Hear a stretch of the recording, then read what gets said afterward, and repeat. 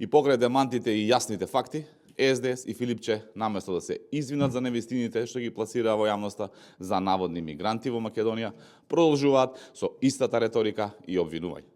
Дури и по реакцијата и демантот од британскиот амбасадор во врска со наводите за мигрантски кампови во Македонија, СДС останува на истите позиции, повторувајќи ги истите тврдења, како да очекува дека со нивното постојано повторување тие ќе станат вистина.